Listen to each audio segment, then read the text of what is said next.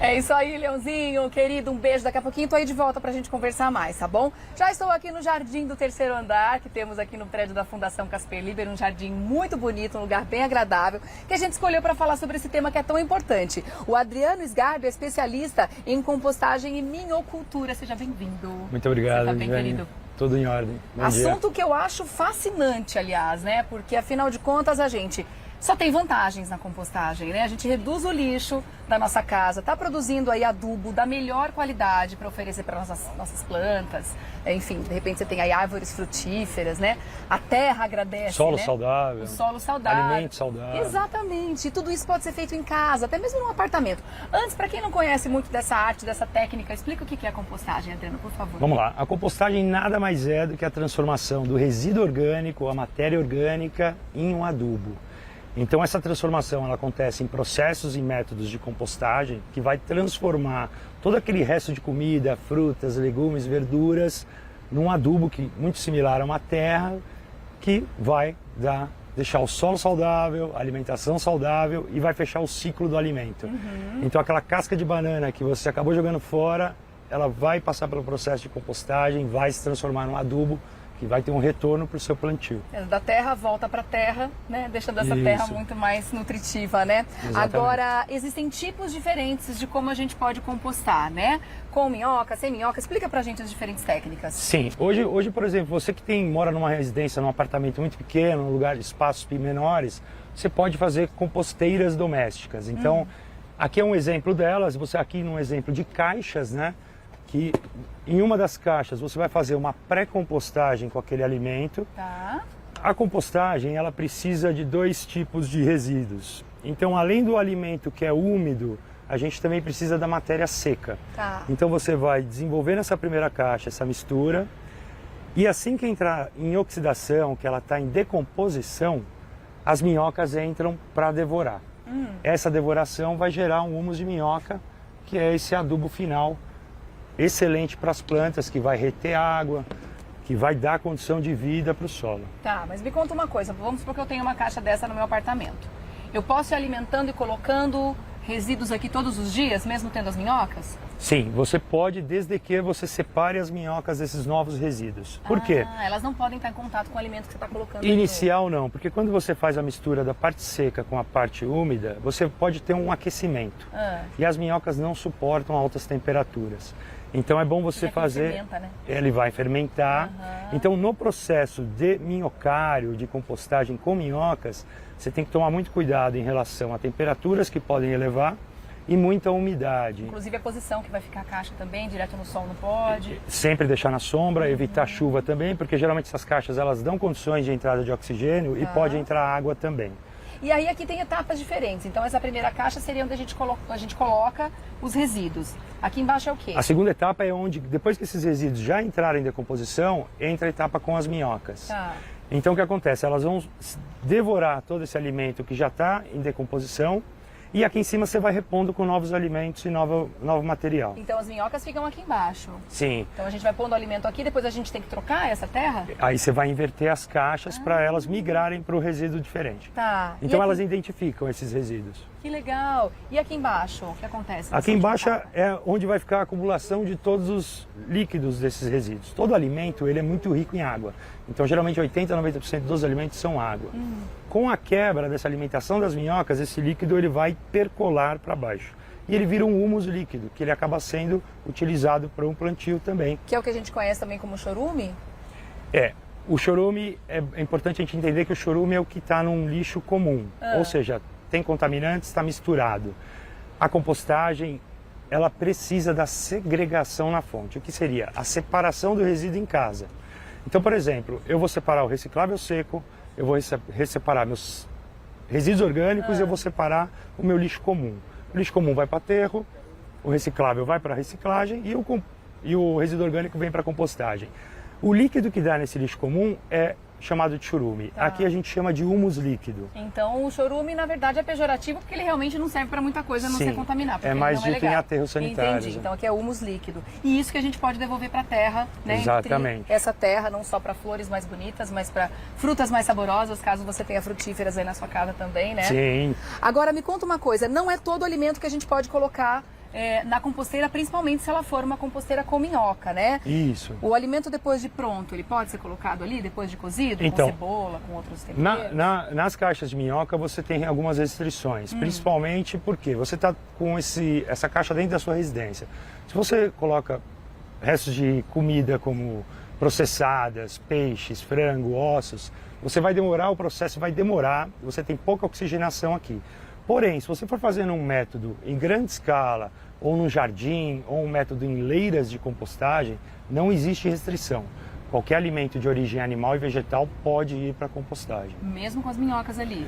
Com as minhocas... Não, é que o processo sem minhocas pode tudo. Aí pode tudo. Com minhocas você tem restrições de alimentos, geralmente são frutas, legumes, verduras, cascas de ovos, boas de café. Entendi. Você pode colocar e evitar um pouco o excesso de cítricos, porque a minhoca sente um pouco isso. Então, sem as minhocas, a gente pode colocar tudo, compostar absolutamente tudo, alimentos preparados, ossos, até que demore um pouco mais, né, para se decompor. Sim. Mas tudo isso vai se transformar em terra boa. Sim, se transforma. Na compostagem em grande escala, a gente faz em leiras, que são paredes de palha, e onde dentro a gente vai jogar todos esses resíduos de origem animal e vegetal, seja quais for. As bactérias vão começar a atacar, eles chegam a uma alta temperatura, vai higienizar esses resíduos, vai inviabilizar sementes, e você em 90 dias tem esse adubo final, que é no processo sem minhocas. E como que funciona? Eu vou colocando em camadas, tem que ser um recipiente bem grande. Você não necessariamente precisa fazer grande escala, mas você vai fazer uma cama de palha, que geralmente é a parte seca, que você vai alimentar isso com os resíduos que chegam. Você faz uma proteção de parede de palha, onde ela vai evitar odores, evitar que vetores sejam atraídos, e você vai dar condição de segurar a umidade e dar oxigenação aqui dentro. Então esse processo, ele pode ser em leiras, ele pode ser em cilindros, ele pode ser em baias, pode ser em caixas d'água, desde que você dê condição de oxigênio para esse ambiente. Porque a compostagem, ela só acontece com bastante oxigenação. Ah, tá certo. Voltando para o assunto das minhoquinhas, elas estão aqui, né? Então, elas já se esconderam. Elas veem a luz, elas se escondem. Elas vão se escondendo. Rapidinho. Tem um tipo específico de minhocas para fazer a compostagem ou qualquer minhoca funciona? Até essas que estão no nosso jardim? Não, essas que a gente encontra muito no Brasil, nos nossos jardins, aquela enxadada sai minhoca, elas não são ideais para compostagem porque elas também se alimentam da terra e de minerais. Então elas fazem buracos. A que mais usada no Brasil é a vermelha da Califórnia, que ela é detritívora, ela se alimenta só de matéria orgânica, ou seja, ela vive na superfície do solo, onde é riquíssima em matéria orgânica, então ela vai se alimentar de tudo aquilo que você colocou aqui. Se você coloca uma minhoca, que é a chamada puladeira havaiana, que a gente encontra muito no nosso solo, ela vai demorar muito tempo para se alimentar de tudo aquilo. Então você pode ter dificuldades e problemas com aquele alimento. Tá certo. Bom, vocês estão ouvindo agora aqui, né, o nosso famoso sinal do meio-dia aqui da Avenida Paulista, né, gente? Tradicionalíssimo, há décadas, né? A gente ouve isso aqui. Claro, meio-dia já avisou pra gente que o meio-dia chegou. Enquanto isso, a gente continua com o assunto porque realmente é muito interessante. É legal que as pessoas saibam que... eu moro numa casa, é legal, tem espaço, posso fazer. Mas eu moro num apartamento, eu não tenho nem varanda. De repente a minha lavanderia está ali meio integrada com a cozinha.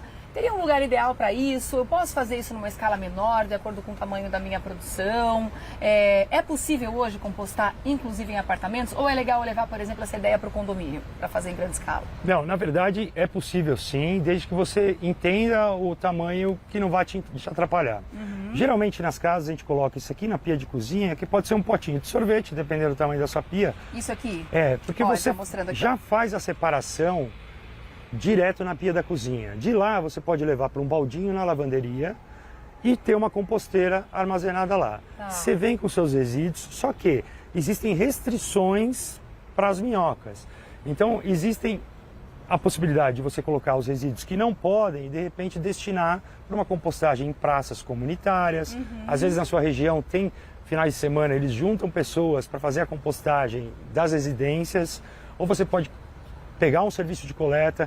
Então isso já existe, mas o tamanho do seu apartamento é o que vai deixar. E outra, você tem que ter cuidados com as minhocas. As minhocas, ele é um ser vivo, ele é um invertebrado e ele tem muitas... E é sensível. E é bem sensível. Então você tem que estar com ele de olho todos os dias. Agora aquela pergunta para a gente finalizar, porque muitas pessoas vão se preocupar com isso.